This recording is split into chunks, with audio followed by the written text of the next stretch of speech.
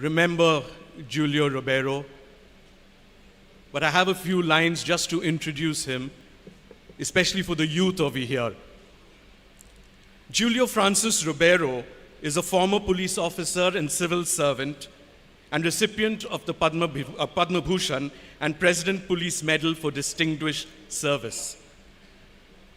During his illustrious career, in which he survived a couple of assassination attempts, he served as the Commissioner of Police of Mumbai and Special Secretary to the Government of India, Ministry of Home Affairs. Mr. Ribeiro also served as Director General of Police, Punjab, and was advisor to the Governor of Punjab at that time. He is a former ambassador of India to Romania, and following his retirement from the civil services, he has served on a number of corporate boards. As Father Fernandez just shared with us, unfortunately, Julio Ribeiro could not be with us in person today because of ill health. But we have a short interview with him. So turn yourselves and turn to the screens on either side for a short interview with the Super Cop.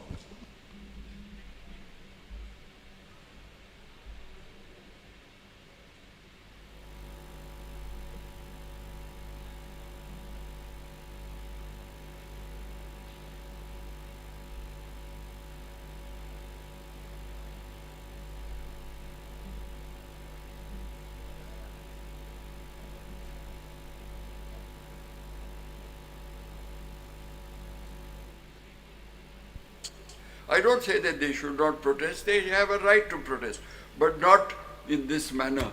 Now,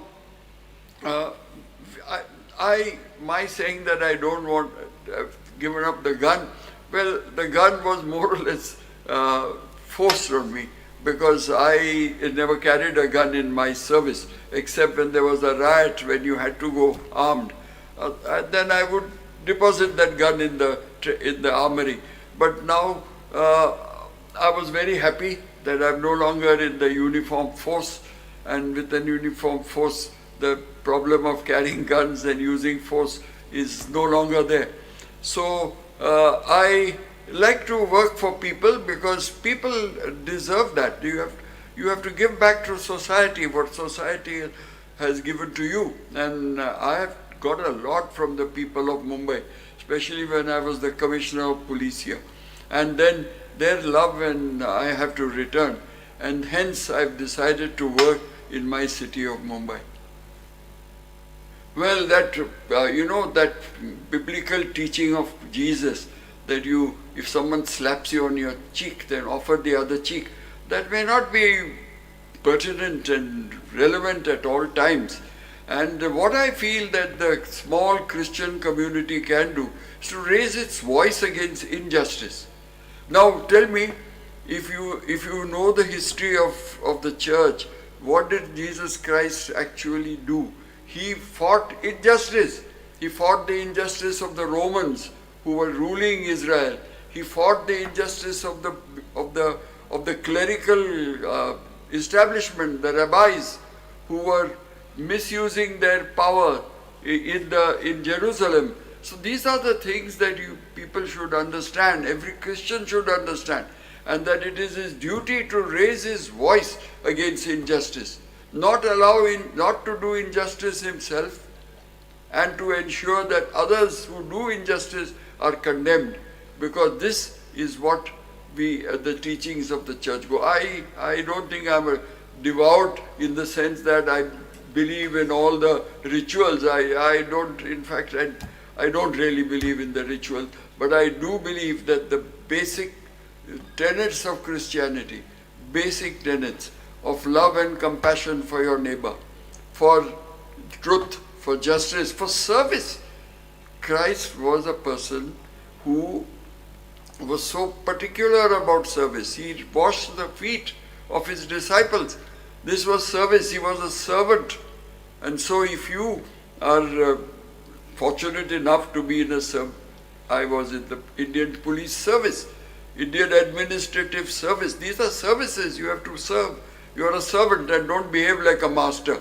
That is most important. Well, that's a very tall order. You see, the first NGO which I established after I returned from Romania was the Mohalla committees. This movement which we started to get the communities together. This is more relevant to our present situation.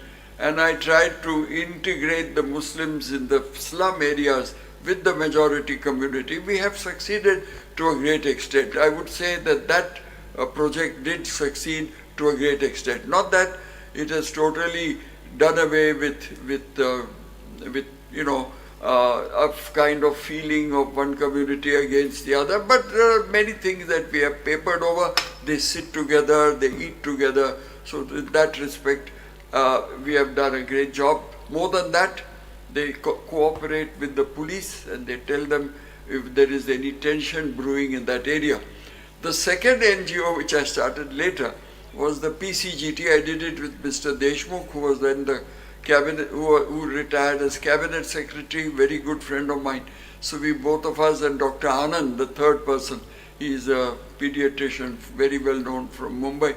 So the three of us started this public concern for governance, thinking that we would fight corruption. But let me tell you that that is a very tall order, and we have understood that we have just don't have the tools or even the ability to do it. But we try to influence young people. We go to the schools, we go to the colleges, and we use the RTI, and we try to see that people get their what is available to them, what the government has promised to them, without paying a bribe. It's difficult, I agree. And most people would like to just use speed money to get rid of their problem. They would like to pay and get it done, and that is a big nuisance in our country. The country will not progress unless this is combated. So we are trying to get young people to understand this and get involved so that when they grow up, which is going to happen in a few years, we have a different India, at least as far as Mumbai is concerned. So that is what I have been trying to do. You know, one of the greatest features of Christianity, one of the basic concepts is to love your neighbor. This is what Jesus has taught us himself. Love your neighbor as thyself. Well, it is not happening today in our country. It's unfortunate, where a lot of hate has been generated. And more than hate, fear. A lot of fear. And that is what we should be very worried about. Well, what would be my message to the conclave?